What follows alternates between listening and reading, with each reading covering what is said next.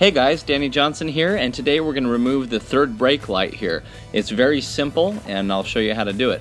You're just going to get inside the trunk, and on the back side you're going to find two 10mm nuts that you need to take off. So the first one is right here,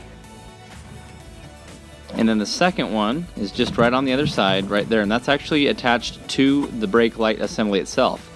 So you'll take your 10mm deep socket, since it is a stud that you have to get over, and if you take off the two nuts, the whole assembly lifts out as one piece.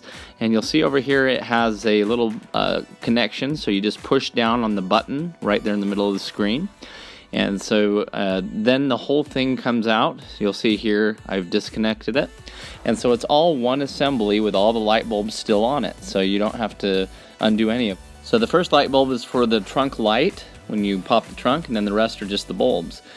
So reassembly, it's just plugging it back in and setting it down inside the two little holes that you'll see here in the trunk.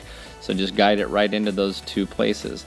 Now it would be very easy at this point to remove those bulbs if you wanted to change them, but it's also possible in the car, as I'll show you here. So all you have to do is twist it and pull it out, and the bulb itself pulls straight out if you need to replace the bulb. So you could just go through to all four of them here, and also the fifth one on the far right hand side for the light when the trunk is popped. But just make sure you reinstall your two 10mm nuts and you're good to go.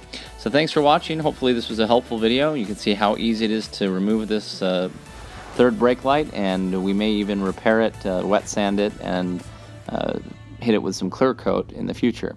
Thanks for watching.